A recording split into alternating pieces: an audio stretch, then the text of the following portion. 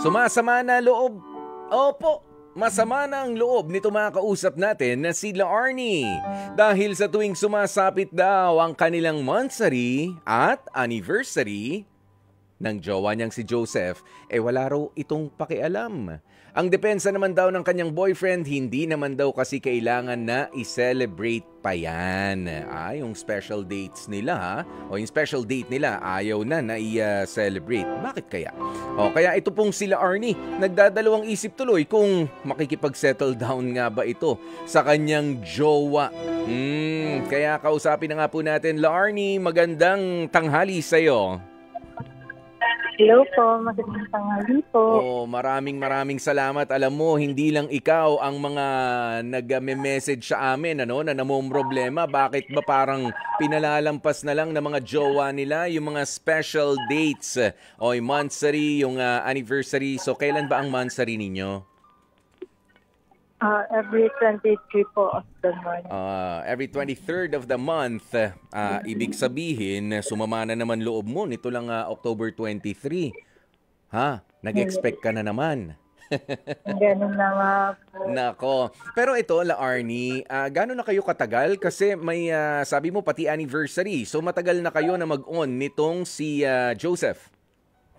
Yes po, for 3 years na po. Matagal-tagal na rin naman. Pero kumusta siya as a karelasyon, as a partner doon sa 3 years na yon? Sa mga dates lang ba kayo? Sa mga celebration ng monthsary, anniversary, nagkakasira, pero sa ibang aspeto ng relationship ninyo ay okay naman? Yes po. Sige. Pero, I-describe mo nga siya.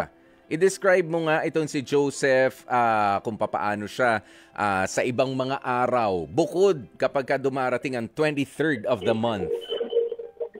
Okay naman po siya. Like, normal po na boyfriend. Like, nabibigyan naman po yung bare minimum. And anything else po. Okay, nabibigyan ka ng atensyon. Nakakalabas-labas naman kayo kapag ka may oras. Parehas ba kayo may trabaho na ni Joseph? Yes po. Doon ba sa mga paglabas-labas ninyo, siya lang ang nasusunod sa mga lugar na pupuntahan o tinatanong ka rin niya? Minsan po, tinatanong din naman po ako. Okay. Ibig sabihin, talagang balanse naman.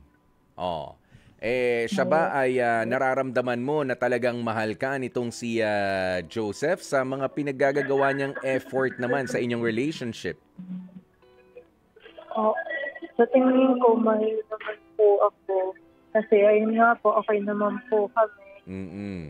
Nga lang, ito talaga, pag dumarating yung 23rd of the month. Kayo ba, bago kayo pumasok sa relationship na ito 3 years ago, ay sineselebrate nyo talaga na napagkasunduan ninyo, every 23rd of the month i-celebrate natin? Or parang, ikaw lang yan? Siguro po, ako lang po nag-expect as a girl din naman po. Ganun po yung mga nakikita nyo rin naman po sa ibang relationship. Parang normal na lang po i-celebrate yun. Pero parang pagdating po sa amin, alam niyo po, walang pusa po. Ganun, pagdating sa mga celebration and effort. Pero napagbigyan ka naman niya? Like, mga bibihira lang po talaga. Bibihira lang.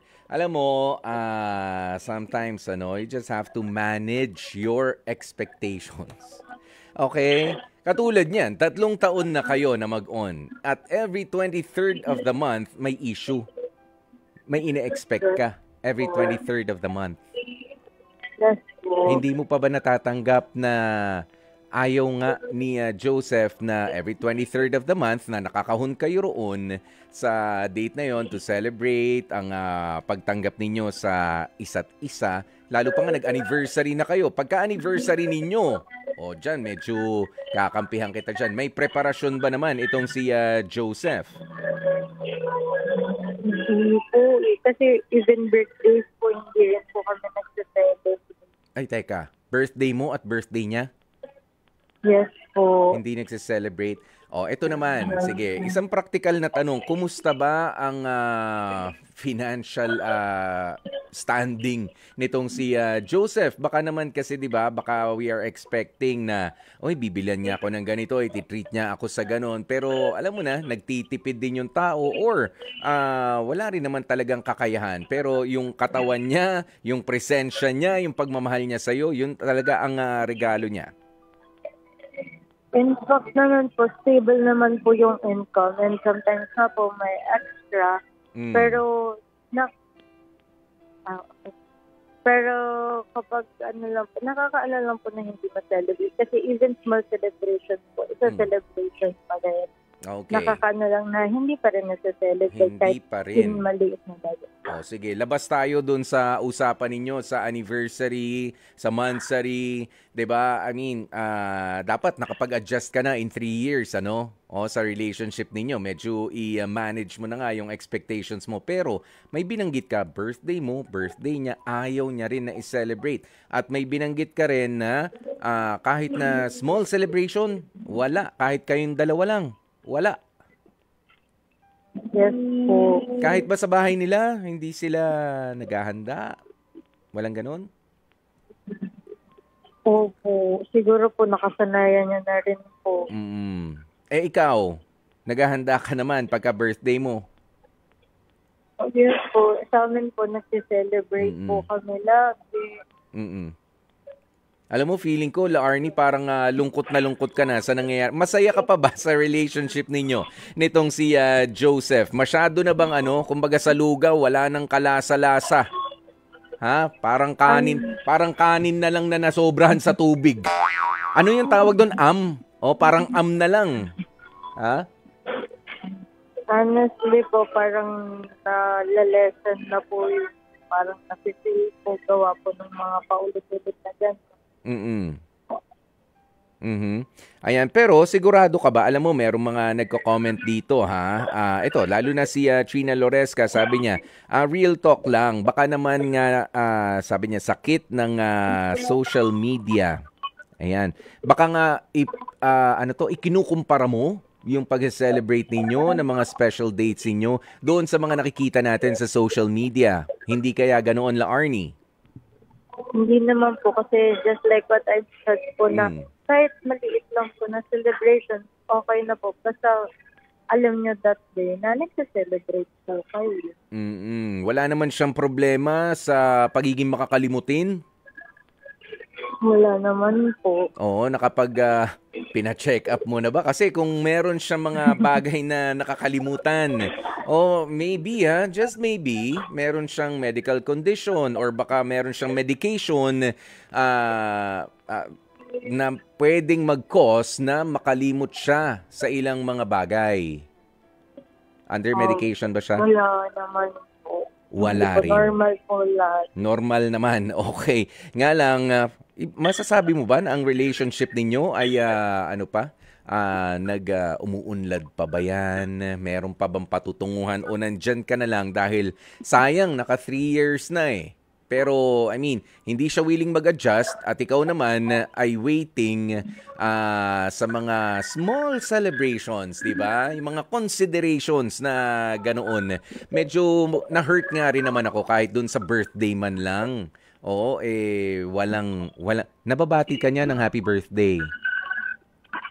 Ayun po, bati lang po. Bate, walang maliit na cake or cupcake lang na nabibili sa sari-sari store na tinulusan ng gamit na kandilang sperma para maliit-liit. Wala rin nun. No effort at all. Wala talagang effort. Pero sa mga random na mga araw na i-date ka niya kamo? Kasi kapag mga ganito, bibihira lang po talaga. Gaano ka bihira yung sinasabi mong bihira? Ano ba to? Twice a year na ba? Na ikaw ay mayayaman lang, tara mag-date tayo at dun sa pagde-date ninyo, may binili lang siya. Tapos binigyan ka lang ng sago. siguro po kapag nagre-reklamo na po ako. Hanggat di ka nagre-reklamo, hanggat di ka nagpaparinig, walang kakilos-kilos itong si Joseph. Yes po. Pero kapag ka ikaw naman yung nagyayaya, nalalabas kayo, kukumbinsihin mo pa siya o sumasama naman din agad? Gawa nga po ng parehas po may work, hindi po nakakasama agad. Parang hindi. nagka-convince pa po or maghanap pa po ng same schedule. Ganun. Oo, talagang parang nakikiusap ka na, ano? Yes. Oo. Larnie, nakausap mo na ba ng masinsinan itong si Joseph? Gusto niya pa bang ituloy ang relationship na ito? Kasi nga, wala nang effort, kamo. Diba? Bihirang-bihira. Walang kusang palo, hindi na nagkukusa na lumabas man lang kayo, maging sweet sa'yo. And I assume wala na ring assurance na, kumbaga, nandyan na lang siya dahil, girlfriend kita eh. Parang responsibilidad ko na to eh. Hanggang ngayon eh. Kaso nandyan ka pa naman eh. Dry na yung relationship ninyo. Ayun nga po, kaya po ako nag-call po sa inyo. So, sa advice po, kasi hindi ko na rin po alam if itutuloy pa ba or nasasayangan na lang ako. Okay. Ganito, Larnie. Unang-una, bago ka magtatanong ng ganito na itutuloy pa ba or tama na, nakakaabala na kasi parang nakakaabala ka na sa kanya eh, di ba? Kailangan mo pang magdrama, kailangan mo pang magtampo, kailangan mo pang magalit para lang magkasama kayo. Effort na effort naman. Magpapasama lang ako sa'yo. Magyayaya lang naman ako sa'yo. Alam mo, sa isang relationship, Larnie, na nakikiusap ka na, at parang ikaw na yung nagdedirect sa mga effort na dapat ay natural na ibinibigay din naman sa'yo ng partner mo. Hindi niya na nararamdaman yung mga needs mo, mga pangangailangan mo. Aba, mag-isip-isip ka na talaga. Mag-isip-isip ka na. Pero, katulad ng sinasabi ko, dapat ready ka dyan sa tinatanong mo. Ready ka ba na sabihin ni Joseph na ayaw na niya? Siguro po, after those long years po na mga situation namin na ganun, parang nakaka-adjust na rin po ako na parang slowly moving na nga din po. So talagang nagde-drift apart na yung ninyo, no, relationship ninyo. It's only a matter of time, sabi nga. At para naghihintayan na lang kung sino ang magtatanong, sino ang unang mapapagod. Yes po, parang But honestly, Larnie, kahit sa pakikipag-usap mo sa akin, nararamdaman ko yung bigat, yung pagod. Pagod ka na ba kay Joseph? Opo.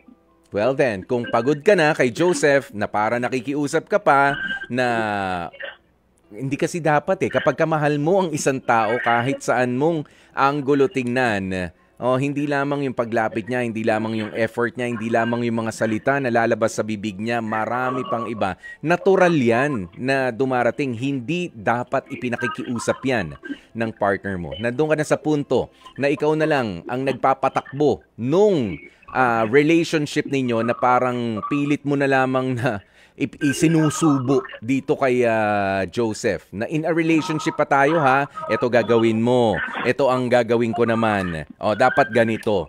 Hindi na relationship yan. You are not in a relationship. Kahit pa nga mag-break kayo, naghihintay na lang yan. Sa tingin mo naghihintay na lang si Joseph? Hindi ko nga po alam. Ikaw na magsabi sa kanya. Ayan. Kasi alam mo, ganito, may mga tao na naghihintay na lang. Ngayon, kung sa pagyayaya mo o sa pagsasabi mo sa kanya na ayaw mo na, tigilan na natin ito, wala na akong ng effort na nararamdaman sa'yo, hindi lang doon sa mga monthsaries, hindi lang sa mga anniversaries, hindi lang sa mga birthday, sa mga special dates na kailangan nating i-celebrate. Parang ano ka na lang anong tawag mo rito? Parang wag na lang masabi. Ayan, parang wag na lang masabi na may jowa. Parang ganun na lang siya 'Di ba? Para may maikwento na hindi ako single, may jowa ako. Pero tinatrabaho mo ba? Nag-exert ka ba ng effort? Nagbibigay ka ba ng time? Nagbibigay ka ba ng oras? Do you even know kung ano ang gustong sabihin sa'yo ng partner mo? Nagkaka-text pa kayo? Nagkakakumustahan pa kayo? Opo. Pagka nag-message siya, anong sinasabi? Parang ano na lang, kamusta, ganun. Oo. Tapos kung ano nang ginagawa. Tapos, Ganun na lang po. na parang nakaano na, template na. Parang routine na lang. ganun. Routine. Nagtanong kahapon, ganun din. Sa ganitong oras din ngayon, yun din ang sasabihin. At pagka sinabi mong medyo masama pakiramdam ko, may reply pa siya, halimbawa? Get to it. Ganun na lang. Get well soon. Okay. Tama na yan, La Arnie.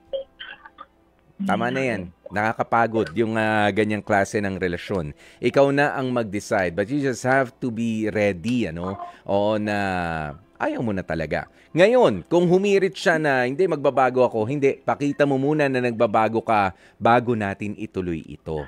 Kasi ang nagiging mali nung iba, magbabago, tatanggapin ulit, ilang araw ulit, magpapakitang gilas, pero babalik na naman yan sa dati. Sabihin mo, ayusin mo muna yung buhay mo, patunayan mo muna sa akin kahit hindi tayo mag-on na ako pa rin ang mahal mo bago natin pag-usapan yung pagbabalikan natin. But for now, it's a no from Kuya Poy.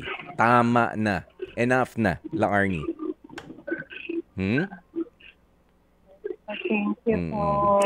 La Arnie, gusto mo ba na unahin na natin dito sa radyo na banggitin kay Joseph ang pagpapaalam mo sa kanya?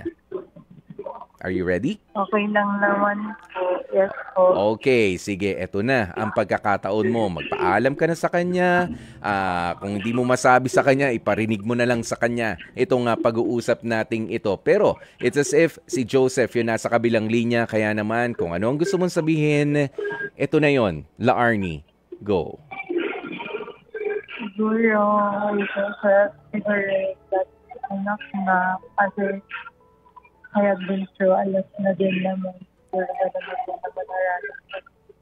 kaya for both of us, mas mapapa-okay na siguro na we grow apart.